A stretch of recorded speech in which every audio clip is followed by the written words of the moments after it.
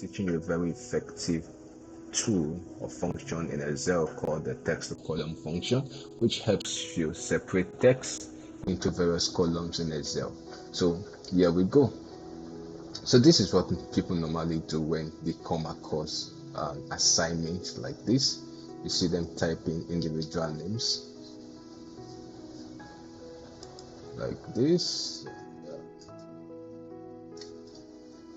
Hernandez. Okay, student going. So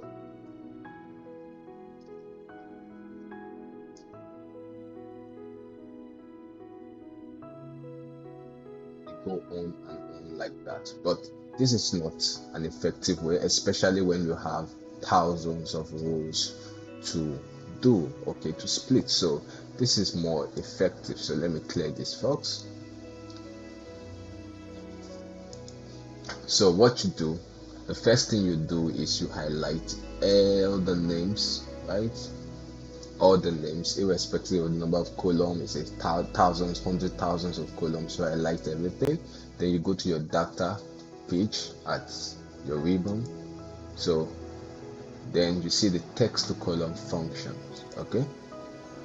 Now, what this helps you to do is it tells you are telling the system, you are telling Excel, okay, this is what separates my text. Okay, is it a delimiter? Is it a fixed width? For this now, it's a delimiter, so you highlight is automatically, it has automatically highlighted, so you just come to the next. Now, okay, what is that delimiter that is separating your text? Okay, now you have tab, you have semicolon, you have comma, you have space. Okay, for me it's space. Okay, so you click the space and you notice that Excel has helped you separate everything. Okay, so if it's comma, you click comma, semicolon, whatever. But for me here, for the example we have here, it's a space, so I click the space and you could see that Excel has done that.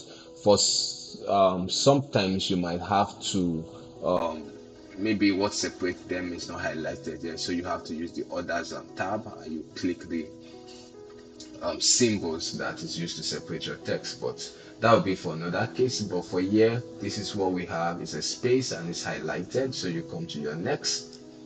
Now Excel is asking you, okay, now that we've separated it, where should we start from? Which column should we start from? If you notice here, you see that it's starting from A2. This is my A2, but this is not what I want.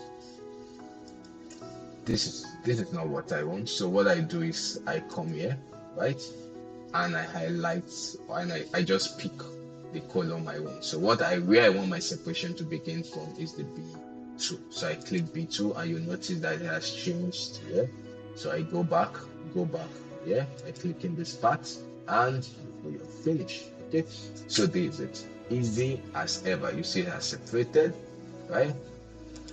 So that's how you go about it. I know you've gotten value. Kindly give this video a thumbs up, okay, and watch out for the next episode. Once again, welcome to Excel with Micheal Idedia.